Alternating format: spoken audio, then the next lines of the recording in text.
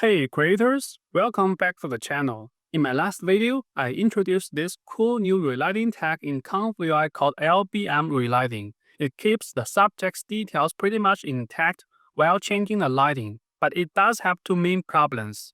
First, sometimes the subject ends up way too dark after relighting, and second, it can't create shadows in the background. So today, I want to show you a workflow that fixes these issues. Let's jump into ComfUI and check it out. Remember the skincare jar example from last time? After relighting, the skincare jar looks way too dark.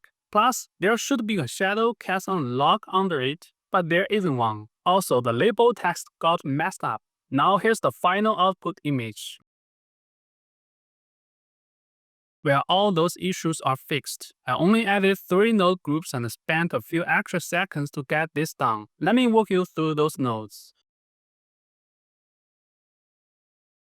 The first node group lets you paint the shadow area. It's totally fine if your paint covers the subject a bit, because the mask subtract node automatically removes that part.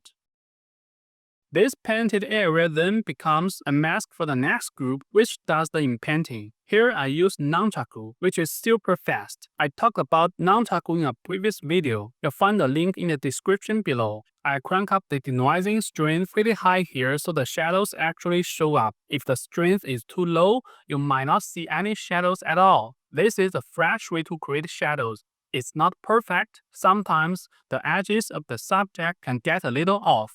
If that happens, you can try other methods for shadows, like using SDXL with Canny Control Net to better control edges. I posted a bunch of workflows on blending subjects naturally into backgrounds using different techniques. If you're curious, go check those out. So this node group handles adding shadows for the subject. The rest of the fixes come in the last group. This node steals details back from the original subject. Since LBM relighting doesn't alter details too much, a blur sigma of 2 works well here. Now the details look great again, but the subject is still a bit too dark. To fix that, I use an image blend node set to lighter mode, which brightens the subject. You can actually tweak the opacity if it gets too bright. This whole workflow can relight product images like the skincare jar, but it works with portraits too. Check out this final image. The woman's being relit nicely, and you can see shadows on the wall and the floor. Alright, I hope this helps you out with your relighting projects. If you have any feedback or questions, drop them in the comments below. Thanks for watching, and I'll see you in the next video.